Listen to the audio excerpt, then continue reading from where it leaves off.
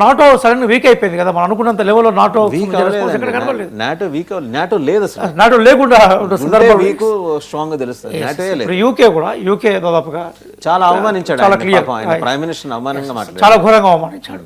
ఇక స్పెయిన్ నిజంగా మనం అభినందించాలి స్పెయిన్, చిన్న దేశం. అలాగే చైనా తను ఏమనుకుందో వ్యూహాత్మకంగా మౌనంగా ఉంటుంది, ఇరాన్ స్ట్రెంథెన్ చేసింది.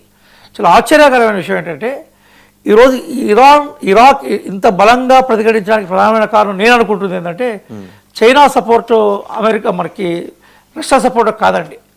చాలా పకడ్బందీగా నార్త్ కొరియా ఇరాన్ను దాదాపుగా 1990s నుంచి మెల్లగా ట్రైన్ చేస్తూ వచ్చింది, 30 ఏళ్ళ నుంచి. అది చాలామందికి అర్థం కాని విషయం.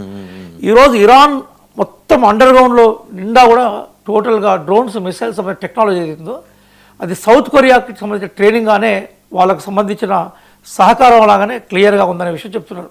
కానీ ఇరాన్ ఫస్ట్ నుంచి కాన్ఫిడెన్షియల్గా చెప్పింది ఏంటంటే మేము ఒకవేళ యుద్ధంగా కొనసాగుతాం, ప్రతిఘటన కూడా అదే లెవెల్లో ఉంటుందనే విషయాన్ని చెప్పుకుంటూ వచ్చింది. అంటే అది ఈ రోజు బలంగా ఇంకో మాట కూడా చెప్పింది, ఇంకో బలం కూడా ఇంకో విషయం చెప్పింది. ఏం చెప్పిందంటే యుద్ధాన్ని మీరు ఆరంభించారు, ముగింపు మాత్రం మేమే చేస్తామని చెప్పింది. అంటే ఈరోజు అంత స్థైర్యం లేకుండా, అంత విశ్వాసం లేకుండా ఆ ప్రకటన ఇరాన్ నుంచి వచ్చే అవకాశం లేదు.